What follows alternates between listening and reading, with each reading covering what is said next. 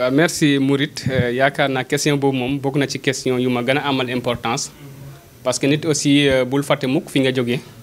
ak fi nga jëm ak support boo xamante ne aussi moom ngay utiliser pour mën a dem fi nga bëgg a def fi nga bëgg a jëm. waaw man nag éducation képp ku ma xam rek éducation la ma xamee yaakaar naa bu ma nekkee fii di waxtaan ak yéen éducation moo tax te aussi suñu boroom moom lépp lu ma mën a am aussi si éducation laa ko amee. te damay wax nii rek ku sañoon aussi man bu ma sañoon lépp loo xamante ne nekkoon na ci man gàllankoor sama objectif la sama rak ak sama jërbaat yi mu bañ a nekk si ñoom gàllankoor. waaw lycée de Ngoundiane bi nga nekk nag bi nga wax nag je pense qu'on est la première génération ñoo xamante ne ñoo fa njëkk a def première S1 c'était en 2010 2011 bu ñu defee suñu première S1 aussi nar a def terminal S1 donc finalement manque de professeur yi tax proviseur bi décidé ne daal du mën a def S1 donc foofu la defee transfert dem Xombol donc je salue au passage élèves yi yëpp yoo xamante ne dañoo nekk Xombol lycée Koumba Diagne ndax foofu la ami sama bac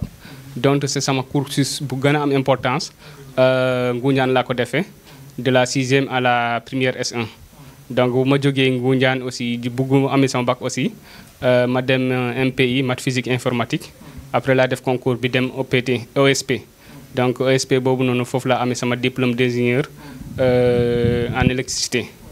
waaw njàng nag dama jàpp ne rek dëkk yu ressources humaines mooy lépp boo seetee dëkk yoo xamante ni lu mel ni Japon yu mel ni les dragons d'Asie ñoo ñëpp dañoo am des ressources humaines de qualité te lu koy indi aussi mooy seen études yi ak seen njàng bi dafa méngoo ak seen bëgg-bëgg ak seen jubluwaay. donc ressources humaines pour man c'est la première ressource de l'humanité pour man dama koy wax rek Ngoundiane première ressource c'est pas les carrières mais ce sont les ressources humaines. ressources humaines yooyu nag buñ ko waxee mooy une ressource humaine de qualité ndax mooy tax ñu mën a am des médecins ñu mën a am des cadres ñu mën a am des professeurs ñu mën a am des ingénieurs ñu mën a am des docteurs pratiquement des enseignants ainsi de suite. donc loolu lépp loo xamante ne aussi moo koy jëmal ci kanam rek dañ koo war a góorgóorlu bu baax. waaw lu may wax nag c'est vrai actuellement nag je dirais que la nouvelle génération dañoo am sens mais nekk am malchance aussi bu mu waxee loolu rek day xaw a niru contradiction mais sens bu ñu mën a am mooy actuellement Sénégal moom il y a beaucoup d'opportunités et je le dis souvent. Actuellement, nous qui sommes des ingénieurs, peut-être on ne peut plus devenir des pilotes, on ne peut plus devenir des médecins, ainsi de suite. Donc je le dis souvent, quand je regarde la nouvelle génération, je le dis que vous êtes en train de vivre les plus beaux moments de votre vie. Parce que vous pouvez être un médecin demain, vous pouvez être un pilote, vous pouvez être un ingénieur, il y avait beaucoup de possibilités que vous pouvez être maintenant. Ouais, actuellement aussi, il y a beaucoup de possibilités. Il y a beaucoup de nouvelles écoles de formation d'élite qui sont construites. Il y a des opportunités yu basse, mais surtout aussi accès à la documentation. Accès à la documentation, léegi moom yaakaar naa xam-xam moom gën na yaatu. waaw seulement sens nag mooy dafa bari ay divertissement aussi concentration moom dañ koy manqué bu baax a baax a baax te loolu aussi day dem ba day nekk benn handicap bu mag si ñoom parce que avec les réseaux sociaux ainsi de suite. dafa bari ay loo xamante ne aussi ay def leen di indi ay manque de concentration ndax dafa bari léegi ay divertissement mais dama wax rek xale yi moom ñoo war a xam fu ñu jëm xam lu ñu bëgg te aussi concentré ci loolu. ñun aussi tant que seen grand frère on peut les servir de conseil on peut les servir de conseil on peut les servir aussi de documentation on peut les servir financièrement ainsi de suite foofu lañ mën a yem mais dama jàpp ne képp si ñoom moom nit moom suñu borom bu la bindee moom am na loo xamante ni si loolu nga foor. loolu nag yaa ko war a dem gestul ko sa bopp xamal ko sa bopp boo mën koo produire ndax man moom damaa jàpp ñu laar amul quoi ñu laar amul ku góorgóoru da ngay nekk si yoon bi rek mën a dem. waaw loolu nag damay ñaax élèves yëpp ñu gën a góorgóoru te xam ne aussi sont des ambassadeurs de notre commune donc fépp fi ngeen mën a dem na ngeen xam ne seen ambassadeur ngeen nekk. man moom je me rappelle quand à 2012 bu ñu door a am bon à l'université quoi je ne sais pas. am na benn fête boo xamante ne Ameth da ko amoon effectivement cette année c'était extrêmement difficile parce que booy door a ñëw université moom conditions yi dañuy métti ainsi de suite mais am na benn phrase boo xamante ni def ma marqué en fait si benn journée de Lamerne mu am ko wax na yéen étudiants yi na ngeen xam ne ay ambassadeur note bi ngeen am rek day mel note boobu ngeen waa Ngoundiane loolu lañ mérité. loolu nag bu ma demee nag bu ñibbi nag loolu day travail sama xel